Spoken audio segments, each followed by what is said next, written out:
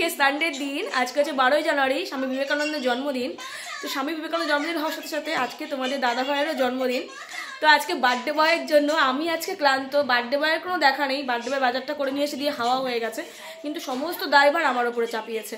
সকালবেলায় করেছিলাম হচ্ছে কচুরি, সেটা হচ্ছে তোমার হচ্ছে হিঙের কচুরি। তো হিঙের কচুরি করতে কতটা সময় লাগে তোমরা জানো, সেটা করে সকালবেলা টিফিনটা সারা হয়ে আমি গেছি বাজারে। বাজার থেকে আসলাম, এসে ছেলেকে খাওয়াবো নাকি রান্নাঘরে যাবো, রান্নাঘরে যা পরিস্থিতি, তো আগে ছেলেকে খাওয়াবো তারপরে আমি যাব আবার রান্নাঘরে রান্না করতে। আই হোপ আজকের ভিডিওটা অনেক ফাটাফাটি এবং অনেক এক্সাইটিং হতে চলেছে। সো সকালবেলা স্নান করা হয়ে গেছে, এবার পুজো হয়ে গেছে, তো বুঝতেই পারছো আজকের ব্লগটা তোমাদের জন্য সেরা কিছু রাখতে চলেছি। কি আইটেম করছি, কি রান্না করছি, কি কি বাজার করলাম, সবটা শেয়ার করবো, কিন্তু তাদের মধ্যে কন্টিনিউ করতে হবে ব্লগটা। কেউ কোথাও যেন মিস করো না, সঙ্গে থাকার পুরো ব্লগটা ধামাকা দেখতে থাকো।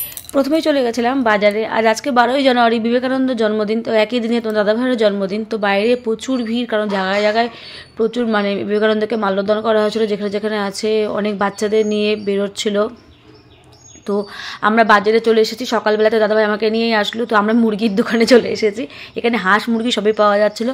তো একটা গোটা মুরগি নিয়েছিলাম আমরা। তারপরে আমরা গেলাম মাছ বাজারে, মাছ নেবো বলে, কারণ জন্মদিনে যতই তুমি এটা করো ওটা করো, কিন্তু মাছ ছাড়া কিন্তু বাংলাদেশের জন্মদিন কিন্তু সম্পূর্ণ হয়ে যায় না। আর মাছ বাজারে সকাল সকাল এত ভিড় ছিল, খাসি কাটছিল, মাছ কাটছিল, চারিদিকে থেকে আমি হতভম্ব হয়েছিলাম যে কোনটাতে সে কোনটা তোমাদের শেয়ার করবো। আর বাজারে ঢুকলে কিন্তু আমার কিন্তু ভালোই লাগে, বাজার দেখতে ভালো লাগে, বাজার করতেও ভালো লাগে, কিন্তু মাছের গন্ধটা আমার মোটামুটি ভালো লাগে না। আর চারিদিকে শুধু জল আর জল। তো এখান থেকে আমরা প্রায় 350-400 মতন, আমরা 400-500 মতন মাছ নিয়েছিলাম, কাতলা মাছ। তোমাদের বাড়িতে গেলে দেখাবো, চলো এখান থেকে বেরিয়ে যাই ঝটপট করে, কারণ আমাদের মাছ নেওয়া মোটামুটি কমপ্লিট হয়ে গেছে। এখন যাবো সবজির বাজারে। আই হোপ আজকের ভিডিওটা তোমাদের একটু একটু করে সবই শেয়ার করতে চলেছি। আর তোমরা যেখান থেকে ভিডিওটা দেখছো প্রথমে লাইক দিয়ে কমেন্ট করো, ভিডিওটা কেমন লাগছে অবশ্যই কিন্তু কমেন্ট করো তোমরা। হ্যাঁ, তো ভিডিওটা ভালো লাগলে অবশ্যই শেয়ার করে দিও। তো আমরা সবজি বাজারে চলে এসেছি সবজি নিতে। আর তোমাদের কুট্টু অনেকদিন ধরে বায়না করছিল যে আমলকি খাবে, তো এখানে অনেকগুলো আমলকি নেওয়া হয়েছে, আমলকি নিয়েছি, আর আরও অনেক কিছু নিয়েছি, একটা নতুন জিনিসও নিয়েছি, সেটা বাড়ি থেকে দেখাবো। চলো এখন সোজা যাওয়া যাক বাড়ির দিকে। আমার এখানে তোমাদের দাদা ভাই 1.5 কেজি মুরগির মাংস নিয়ে এসছে। জানি না আজকে পরিবারের সবাই মিলেই খাওয়া হবে, তো রান্না আমি করব। তো রাইস করব, রাইসের চালটা আমি সকালবেলা উঠে ভিজিয়ে রেখেছিলাম।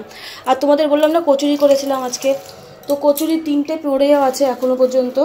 তো পরেই তোমার দাদাভাই যদি খাবে, আমি কখন কী করে মাথায় হাতেছি, আমি আগে এটা ধুয়ে নিয়ে একটু গরম জল বসিয়ে দিই, কারণ গরম জলটা হয়ে গেলে মাংসটা ধুতে সুবিধা হবে। তো এখানে একটু পাঁপড় ভাজলাম এখন কুট্টুসের জন্য, আর এটাতে আমি সমস্ত ভাজাগুলো করবো, 5 রকম ভাজাও করব। এত কাজ আমি একসাথে কখন একা করবো, একটা হেল্পার নেই। তো বুঝতেই পারছো আমি কত হ্যাপি, আমি অনেক হ্যাপি বন্ধুরা, কারণ জীবনের প্রত্যেকটা পদক্ষেপ আমাকে একাই নিতে হয়, আমার পাশে কেউ নেই, এমনকি তোমাদের দাদা ভাইও নেই।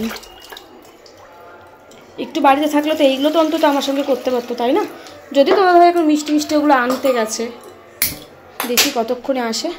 তো জলটা একটুখানি ফুটতে আমি এটা 2বার ধুয়ে নিই। চলো আগে আমি সবজিগুলোকে কেটে নিচ্ছি, সব সবজিগুলোকে, কারণ অনেকটা টাইম মানে সময় কম, আর কাজ হচ্ছে সম্পূর্ণ একা আমার, কারণ আজকে বাড়ির সবাই মিলে আমরা একসাথে খাওয়া দাওয়া করবো, যেহেতু জন্মদিন তোমার দাদা ভাইয়ের। আর তোমার দাদা ভাই এখানে থাকে না, যেহেতু এই দিনটা আমি কখনোই চাই না মিস করতে।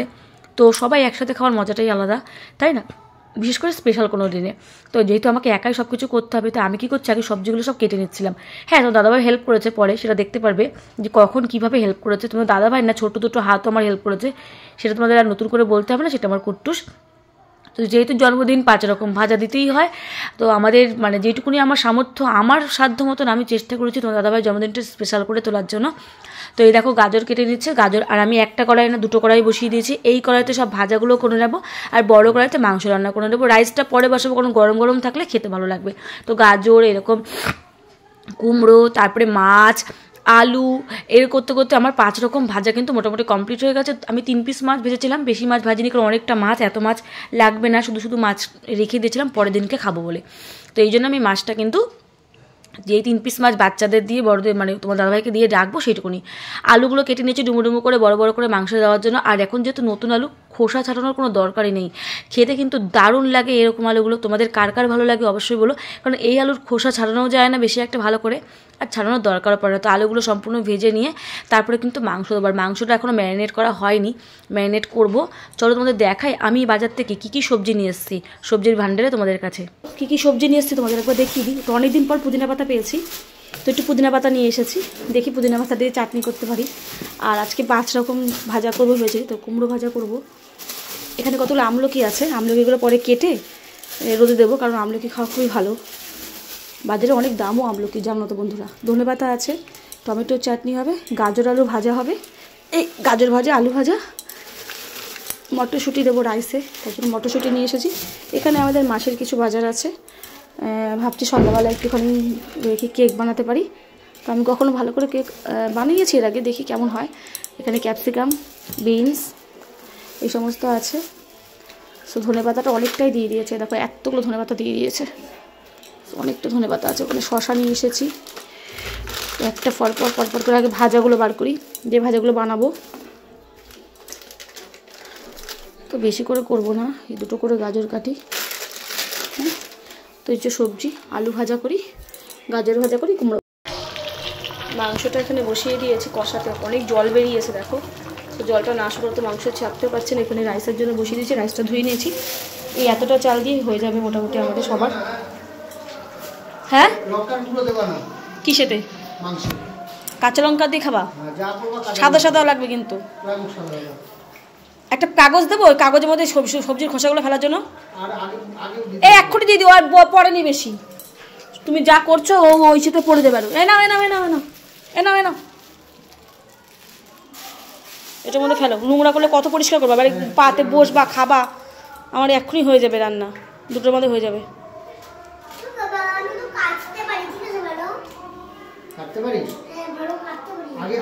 এ বাবু তাড়াতাড়ি করে করো, তাড়াতাড়ি করে করো, তাড়াতাড়ি করে করো।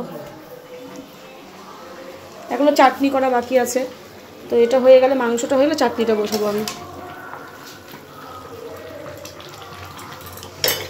এখানে দেখো মাছ আছে, মাছটা আমি পরে ধোবো। এখানে একদম টাটকা কাতলা মাছ আছে, পরে করছি ওটা আমি, আগে আমি এগুলো করে নিই নাহলে। তো আমি এখানে সমস্ত কিছু নিয়ে নিয়েছি মশলা দিয়ে। এখানে আদা বাটা, জিরে বাটা, ধনে বাটা, রসুন বাটা, টমেটো বাটা, তারপরে পেঁয়াজ বাটা, তারপরে তেল, একটু পাতিলেবুর রস, সঙ্গে নুন, হলুদ আর কাশ্মীরি রেড মির্চ সমস্ত দিয়ে এটাকে আগে ম্যারিনেট করে রেখে দেবো। একটু চিনি, একটু নুন, হলুদ, তো সেই সমস্ত কিছু দিয়ে দিয়েছি। তো এটাকে ম্যারিনেট করে আগে না রেখে দিলে এটা কিন্তু রান্না করার সময় দেরি হয়ে যাবে। চলো এটাকে ভালো করে মেখে নিই, তারপর আমি ভাজাগুলো কেটে ভাজাগুলো তো করে নিই, শেষে আমি রাইস আর মাংসটা করবো। ফাইনালি আমার সব কমপ্লিট। দাদাভাইয়ের থালা আমার সাজানো হয়ে গেছে। সো টেন এই যে, শুধু মাছ ভাজাটা দিইনি, দেখি মাছ ভাজা পরে দিয়ে দেবো। তো এই যে